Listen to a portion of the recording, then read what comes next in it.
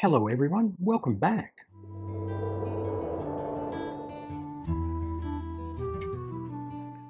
Today I want to talk about truth-telling, but to get you in the frame of mind, let me start by saying that truth-telling has a very narrow, very dark definition.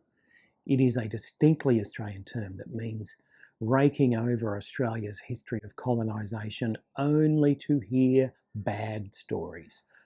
Truth-telling is limited to talking about just the bad things. Now, this is enormously significant to us as a nation because we are a nation with a shared history and a lot to be proud of. But a truth-telling commission will not take any interest in anything good that has ever happened to Indigenous Australians. Its purpose is limited to just the bad stuff. Now, that's a lot like picking at a scab, knowing full well that you're not helping it heal. The Prime Minister is committed to implementing the Uluru Statement from the heart in full, and that means there will be truth-telling. If the Prime Minister succeeds in altering the Australian Constitution and installs a truth-telling commission, it won't be the first. From the mid-1990s, South Africa had a Truth and Reconciliation Commission, which was focused on the apartheid era. It released its final report in 1998.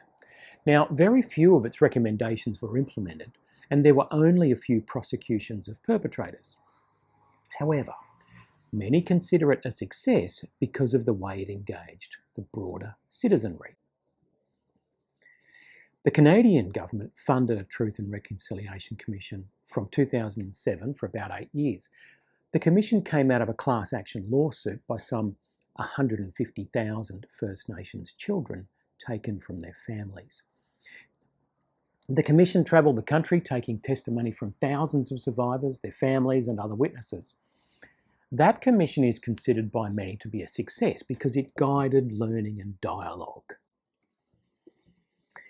Both of these commissions had a set lifespan and were tasked to look at the experiences of conflict through living witnesses, mostly victims, but in some cases the perpetrators.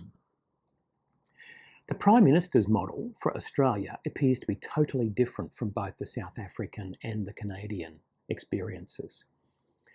The Prime Minister has signed up to the Uluru Statement from the heart, and in the Referendum Council's final report, it very clearly sets the scene, and I quote, "The true history of colonisation must be told. The genocides, the massacres, the wars and the ongoing injustices and discrimination."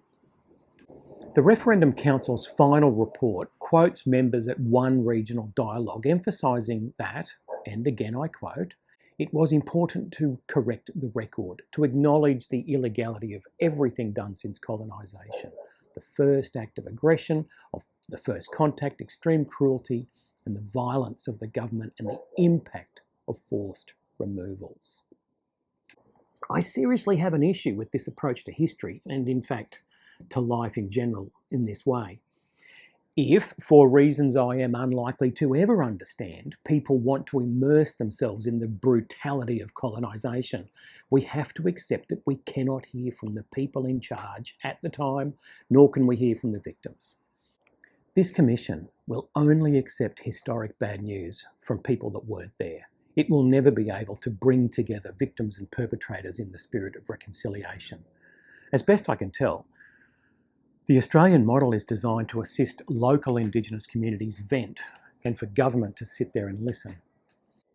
The ultimate aim is best summed up by the Referendum Council's final report, and again I quote, "A Truth Commission could be established as part of any reform, for example, prior to a constitutional reform or as part of a treaty negotiation.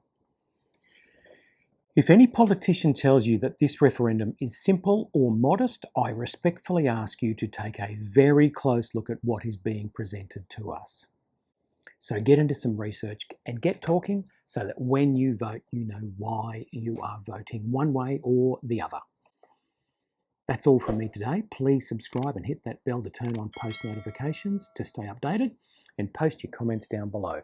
Also, please check out our webpage for a bunch of different ways to learn and collaborate with us. See you soon. One last thing. You probably picked up that it's coffee and a Monte Carlo today.